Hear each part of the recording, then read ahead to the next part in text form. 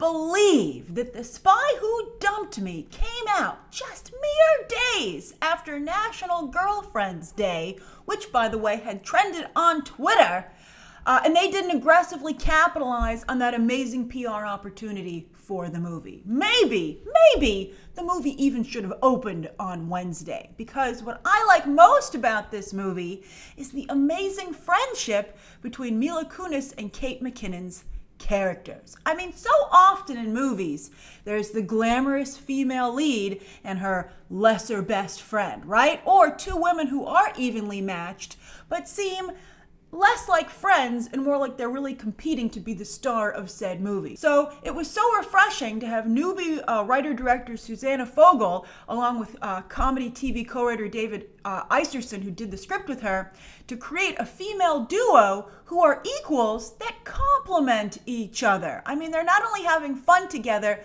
but they support each other while doing so, both within the movie and as actresses. And if you're like, barf, I'm telling you, it works out really well. This isn't some kumbaya movie. This is just something that radiates off the film. It's wonderful.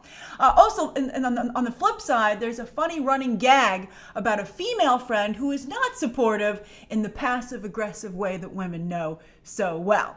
I just think it's really cool to see a female friendship in a movie that's healthy, that features realistic women, realistically dealing with some realistic situations, and of course some unrealistic ones as well. I mean, who wouldn't want to have a friend like Kunis or McKinnon as portrayed in this movie? Because for several films now, McKinnon has been nails on a chalkboard grading. So much so that I thought she'd never be able to transition to the big screen, shut out of that elite club of former SNL members. But now, I don't think it's a slam dunk still, but I think she still has a chance.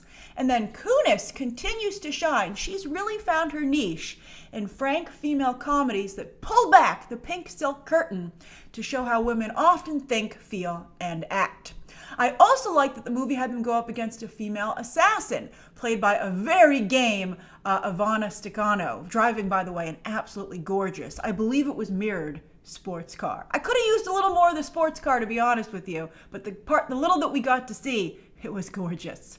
But the men in the movie, this isn't like, well, it is a chick flick, but the guys are given a chance to shine as well, with Spy Ken doll Sam Hugan in particular, very convincing, and not just his romantic scenes. The movie actually never gets too romantic. That's just kind of like on the fringe, you know, because it is a chick flick.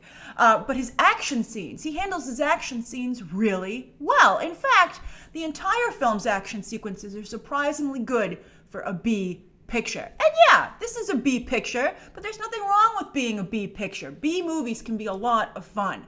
And while The Spy Who Dumped Me isn't a must-see in theaters, I would say it's a must-see at some point. I suspect the movie will win over a lot of fans on airplanes, in hotel rooms, and on streaming in general down the line. And you never know, just like another spy comedy, Austin Powers, it could gain a following in the ancillary market, and maybe we'll get a sequel. I would definitely like to see a sequel to this. I really had a good time. I mean, my expectations were pretty low going in.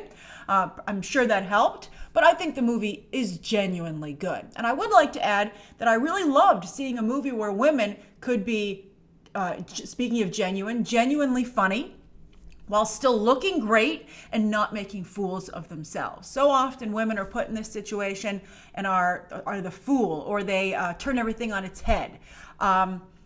I think that, you know, Kate McKinnon and Mila Kunis can hold their head high in this movie, both in terms of the characters they played and as actresses as well, considering the execution. I just thought it was great. And so if this all sounds good to you, then maybe you should see The Spy Who Dumped Me in theaters, particularly if you have MoviePass. I believe this actually does qualify MoviePass. One of you, I tweeted that this was pretty good, and someone tweeted back, this is the only movie I can see on MoviePass, so I guess I'm going. But, you know, if you can also use your AMC A-list, I couldn't think of a more perfect film for that kind of a service. But also, if you're still, not sure if you would enjoy this, definitely remember it down the line on streaming, because I think you'll be pleasantly surprised. So that's my review of The Spy Who Dumped Me. Write your own thoughts about the film down below. And, of course, as always, you can check out some more videos right now.